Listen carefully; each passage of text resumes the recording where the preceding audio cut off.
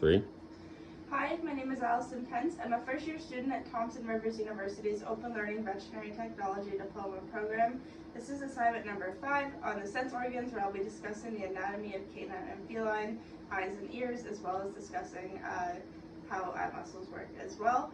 I'm working in my father-in-law's office right now, so the only pertinent paperwork that's relevant to this project are the diagrams and the list of terms that are on the floor here. So to start, for the ear, this is the location of the pinna. The external auditory canals, the vertical external auditory canal is located here.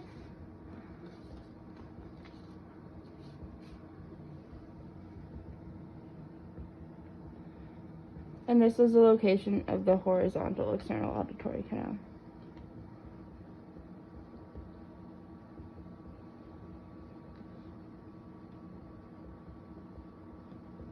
This is the location of the tympanic membrane, which is also known as the eardrum.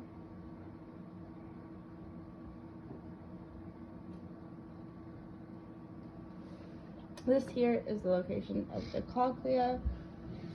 These are the semicircular canals.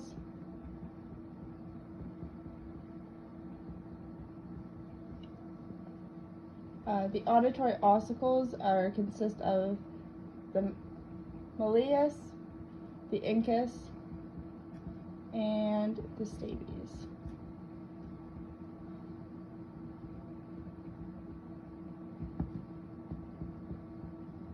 The vestibulocular nerve is located right here.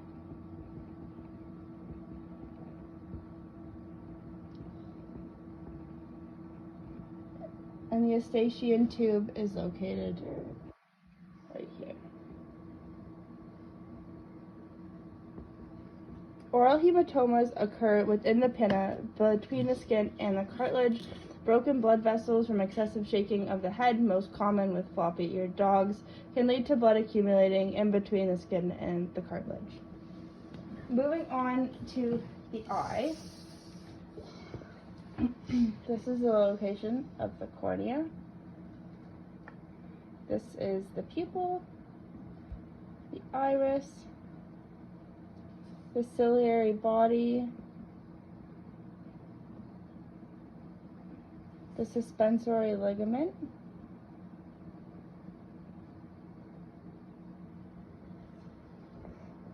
this is the lens, the choroid, this is the retina, the optic nerve is located right here, and this is the location of the optic disc. The sclera is located here. This is the location of the tapetum. This is the vitreous humor.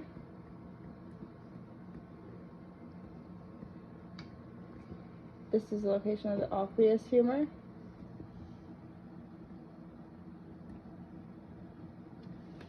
The bulbar conjunctiva is located right here.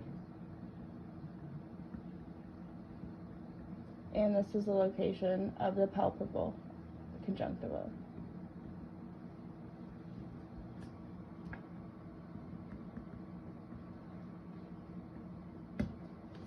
The medial canthus is located in this region here.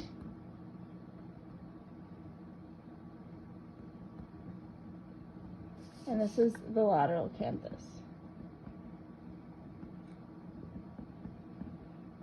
The nictitating membrane, otherwise known as the third eyelid, is this region here.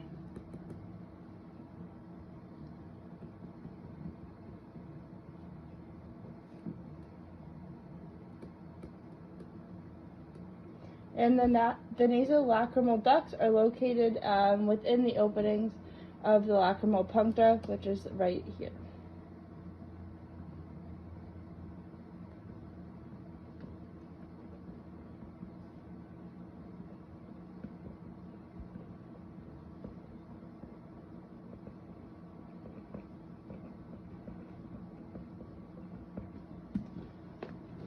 Okay, For part 2, I will be discussing the movement of the eye muscles.